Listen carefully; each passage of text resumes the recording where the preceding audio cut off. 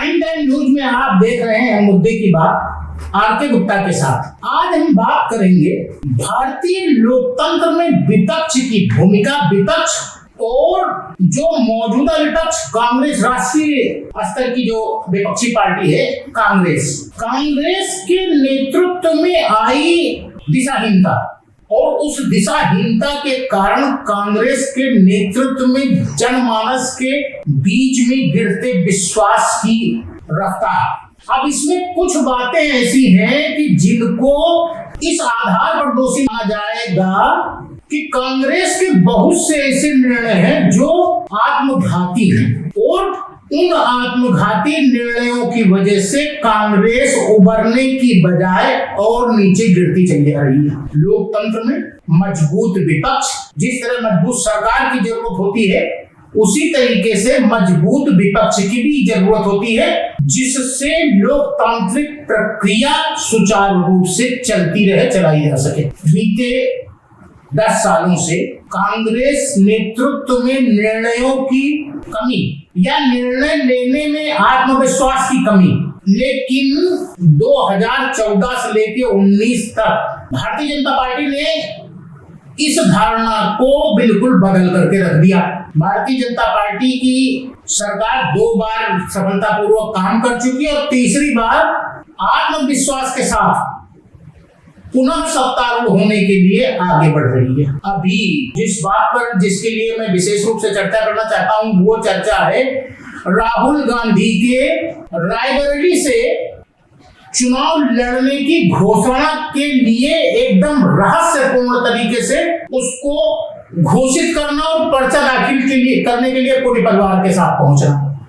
ठीक था, ये कोई वैसी है नहीं है, इसमें कोई ये भी नहीं कहा जा सकता, क्योंकि घड़ी और मुहूर्त जिस तरीके से नरेंद्र मोदी घड़ी और मुहूर्त निकाल करके चल रहे हैं और भारतीय राजनीति में सारी वो प्रक्रियाओं को पूरा कर रहे हैं, वैसे हो सकता है कि कांग्रेस ने भी सोचा हो, कांग्रेस के नेतृत्व ने भी सोचा हो कि हम एक बार जो है इस प्रक्रिया में आकर के और ये साबित करने की कोशिश करेंगे कि हाँ हम भी हिंदुत्व की धारा के भीतर ही बाहर नहीं है।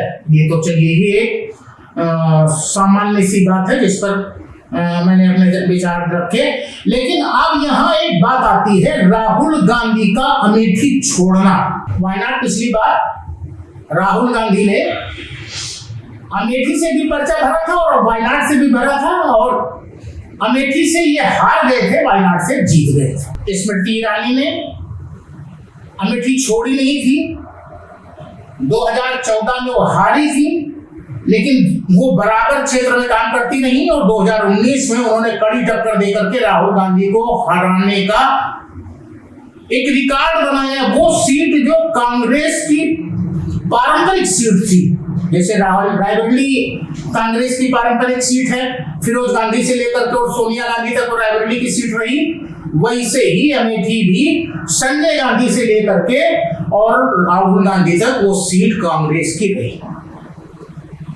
अब सवाल ये पैदा होता है कि जो मेरी अभी अमेठी के मतदाताओं से बात हुई, तिलोई विधानसभा और जगदीशपुर विधानसभा जो कांग्रेस का गढ़ मानी जाती है, जहां कांग्रेस कभी हारी नहीं पिछले 1-2 चुनावों को छोड़ करके, वहां पर लोगों के दिमाग में ये बात है कि राहुल गांधी ने अमेठी छोड़ करके अमेठी के मतदाताओं को यह नसीहत देने की कोशिश की है कि अगर तुम मुझे ठुकरा सकते हो तो मैं भी तुम्हें ठुकरा सकता हूं। और ये भावना पैर में कुल्हाड़ी मारने जैसी है। इसको कोई स्वस्थ निर्णय नहीं कहा जा सकता या अच्छा निर्णय नहीं कहा जा सकता या बढ़िया निर्णय नहीं कहा जा सकता। मानी हुई बात है कि जब राहुल गांधी ने यह निर्णय लिया कि अमेठी से चुनाव नहीं लड़ेंगे, रायबरेली से चुनाव लड़ेंगे, तो मैं नहीं समझता कि कोई उनके लिए बहुत ही अच्छा निर्णय रहा। रायबरेली भी उतना आसान नहीं है, जितना आसान अमेठी नहीं था उतना ही आसान रायबरेली भी नहीं है। लेकिन अगर किसी क्षेत्र का मतदाता, इंदिरा गांधी रायबरेली से हारी थी और हारने के बावजूद उन्होंने रायबरेली नहीं छोड़ा था, चिकमंगलुरु से लड़ी और लेकिन उन्होंने रायबरेली नहीं छोड़ा, रायबरेली से भी पर्चा दाखिल किया, जीते और रायबरेली को रिटेन किया। अब सवाल ये पैदा होता है कि अगर आप एक बार अमेठी हार गए थे तो क्या ये जरूरी था कि आप अमेठी के मतदाताओं को, जब वो आपके ऊपर टकटकी लगाए हुए थे कि राहुल भैया आएंगे, हमारी कॉन्स्टिट्यूंसी से, हमारे क्षेत्र से लड़ेंगे, हम उनको सांसद बना के भेजेंगे, तो आपने उनको वहां पर उस आदमी को दे दिया जिसको लोग, अमेठी के मतदाता कांग्रेस का कारिंदा कहते हैं। किशोरी लाल शर्मा को, जो मतदाताओं से, लोगों के बीच में मेरी बात हुई, किशोरी लाल शर्मा को लोग कांग्रेस का कारिंदा कहते हैं, इनको भेज दिया, इनको उनकी ताकत के भेजेंगे। ये लोगों की मानसिकता, ये लोगों का जवाब है हमारे सवाल पर जो उन लोगों ने जवाब दिया। और राहुल गांधी के लिए रायबरेली भी आसान नहीं है, ये बिल्कुल 100% है। कड़ी टक्कर, इनको बहुत मेहनत करनी पड़ेगी।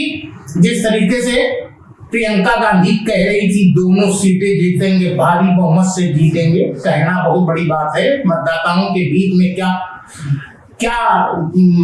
स्थिति है और क्या सोच है, ये एक अलग चीज है।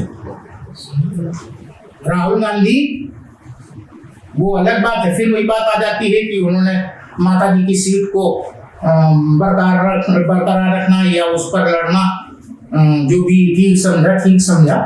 लेकिन अमेठी का तो फिलहाल मतदाता जो सोच रहा है, जो उसके दिमाग में, वो मैंने बताया आपको।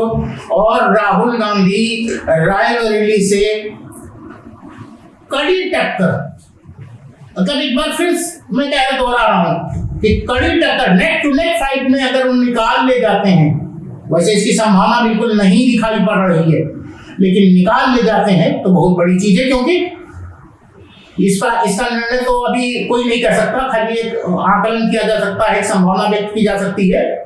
इसका निर्णय तो 4 दिन के बाद ही आएगा।